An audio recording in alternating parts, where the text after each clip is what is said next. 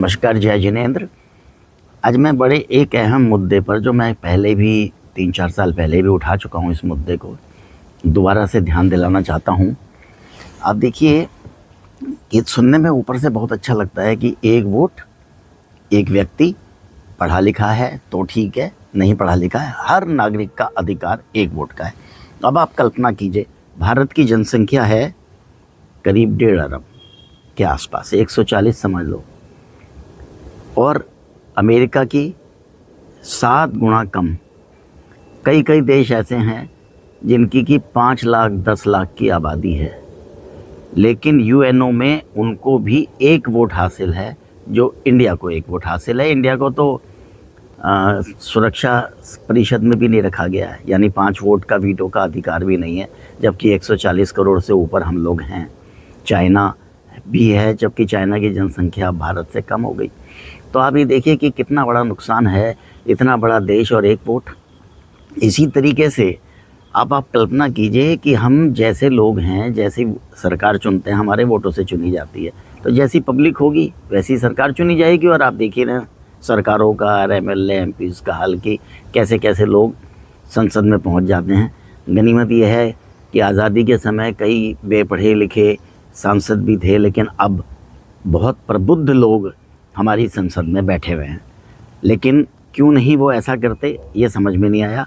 एक आदमी एक वोट के बदले, अगर ये रहे कि वोट का अधिकार आपकी क्वालिफ़िकेशन के साथ, आपकी जो पार्टिसिपेशन है देश की अस्मिता में, उसके साथ, यानी आप इनकम टैक्स पेई हैं, आप ग्रेजुएट हो चुके हैं, आप ओलंपियन हैं, कोई आपने अचीवमेंट किया हुआ है, उसके साथ आपका एक एक वोट की क्वालिफाइड कैपेसिटी बढ़नी चाहिए। जैसे कि मान लीजिए मैं ग्रेजुएट हो गया तो मुझे 2 वोट का अधिकार मिले, मैं इनकम टैक्स पेई हो गया, मुझे 3 वोट का अधिकार मिले, किसी गेम में पारंगत हूँ, कोई मैंने एक्स्ट्रा अचीवमेंट किया है, तो ये डिस्क्रिशनरी पावर है कि मुझे 1 वोट और मिल जाए।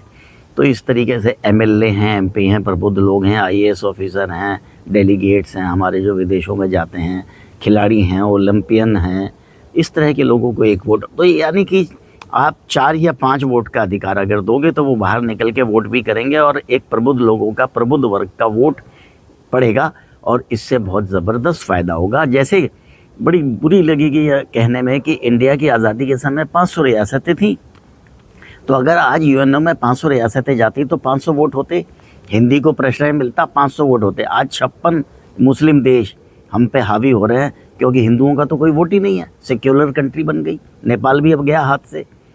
तो आप ये देखिए कि हम, फिजी है, नेपाल है, इंडिया है, केवल 3 कंट्री ऐसे हैं जो हिंदी के झंडा बरदार हैं या हिंदुओं के लिए बात कर सकते हैं, और नहीं है। लेकिन अगर हम इंडिया, बहुत सुनने में बुरा लगेगा कि डिवाइड हो जाते हैं, लेकिन अगर यही 18-20 स्टेट्स में होता, 21-26 स्टेट्स में होता, या 500 रियासतों में होता, तो हमारे यूएनओ में कितने वोट होते, खुद सोच लो।